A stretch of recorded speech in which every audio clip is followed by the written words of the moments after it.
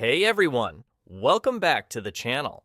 In today's video, we're going to dive into 6 powerful strategies that will help you keep more of your money every month, without sacrificing the things you actually enjoy. Whether you're saving for your first car, an emergency fund, or even a dream vacation, these strategies are all about making real financial progress in a way that feels manageable and empowering. So grab a coffee and let's get started. 1. Track what you think, want, and actually spend. Let's start with something you might not have thought about: the gap between what we think we're spending, what we want to spend, and what we actually spend. Behavioral economics shows that most people tend to underestimate their monthly expenses by 25 to 40%. That's a huge blind spot. And if you don't have an accurate picture of your spending, how can you make smart decisions about saving or cutting back? So let's put this into action. Try using the Think, Want, Do framework. It's simple but powerful. Think. Write down what you think you're spending on different categories like groceries, entertainment, and transportation. Don't overthink it, just jot down what you believe it is. Want? Then, write down what you want to spend on these things. This is a more ideal version of your spending. Maybe you'd like to spend a little less on eating out, or maybe you'd like to be more intentional about your shopping. Do. Finally, track your actual spending for a month. This is where the rubber meets the road. When you compare your think and want amounts to your do totals, you'll be able to identify where you've been overspending. This simple exercise is eye-opening because it gives you a real baseline to start from. Give this a try for 30 days. You'll be amazed at how much more conscious you become of your spending, and it will naturally lead to better money decisions in the future. 2. Let technology do the heavy lifting. Okay, let's talk about leveraging technology to make saving easier. We're all guilty of trying to build new habits, whether it's fitness or cutting down on social media, and there's always an app for that. So why not use an app to make saving money effortless?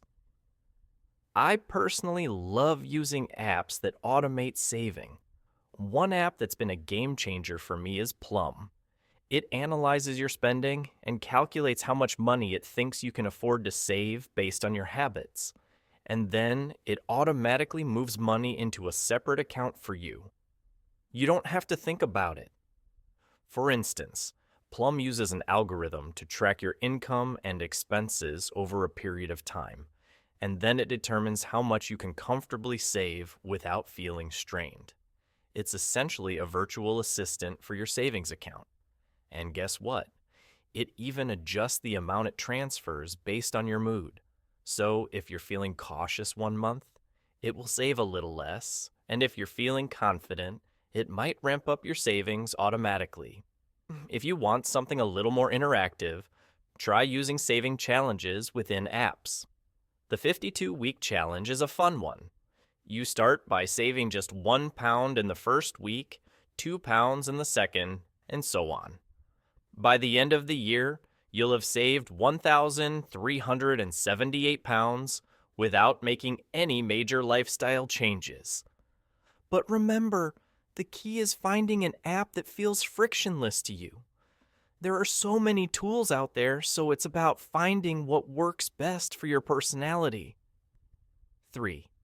Break big goals into smaller, achievable targets. Let's talk about setting goals, but not just any goals. We all know how overwhelming it can feel to look at a big savings target, like putting away $10,000 for a down payment or a vacation. But the secret to staying motivated is breaking those goals down into manageable, bite-sized pieces. Let's say you want to save $10,000 for a house deposit. Instead of fixating on the $10,000 number, break it down. If you want to save that in 1 year, you'll need to put aside about $27 a day. Now, that feels a lot more achievable, right? If $27 a day still feels too big, spread your goal out over a longer period. You can push it to 18 months. Now you're saving only $18 a day, or 24 months. That's just $14 a day. No matter what, the key is to make it feel doable and to make sure you're not overwhelmed by the final number. This approach is a game changer. Start small, and as you see the results building up, your motivation will grow too. Plus, when you break down your goals like this, you can keep track of your progress much more easily. 4. Pay off high-interest debt. First, now let's talk about something that might seem counterintuitive. Focusing on paying off high-interest debt before saving. Here's why. Debt, especially credit card debt, is often one of the fastest ways to lose money over time. Imagine you've got $5,000 in credit card debt at 18% interest and $5,000 in a savings account earning just 4%. After 1 year, your savings will have earned you $200, but the interest on your credit card debt will have cost you $900. So you're actually losing money. It's like trying to fill a bucket while there's a hole at the bottom. The best strategy here is to use your savings to pay off that high interest debt first. Once you're debt-free, you can redirect that money into savings and investments. Trust me, eliminating that high interest debt will save you money faster than trying to build up a savings balance first. 5. Focus on the easy wins. First. Okay, now that we've tackled the big stuff, let's look at some of the easiest ways to save. Often, saving money is as simple as cutting back on discretionary spending. You know, the things that are nice to have, but not essential. Examples of easy wins. Eating out less. Cooking at home can save you hundreds a month. Cutting back on subscriptions? Do you really need that extra streaming service?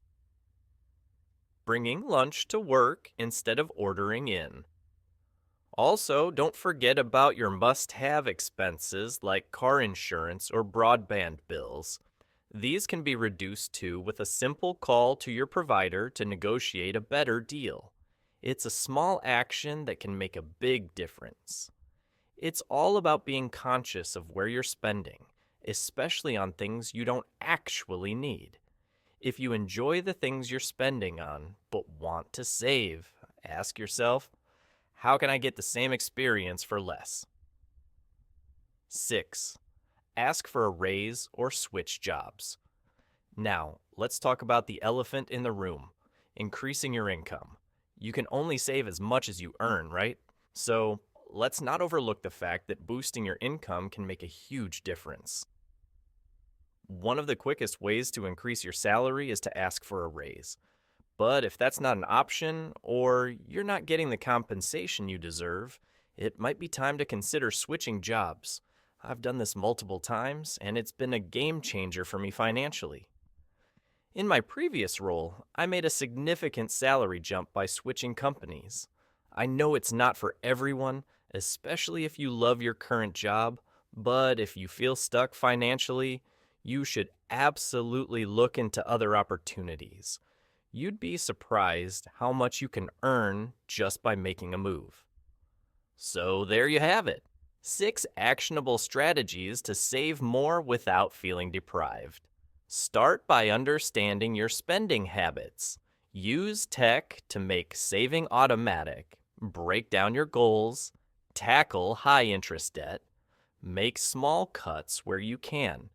And don't be afraid to ask for a raise or explore new job opportunities. And remember, building wealth isn't about drastic changes. It's about consistency and small wins over time. You'll get there faster than you think. If you found this video helpful, don't forget to hit that like button and subscribe if you haven't already. Also, check out this next video where I dive into how tracking your spending can make saving feel way less stressful. Thanks for watching, and I'll see you in the next one.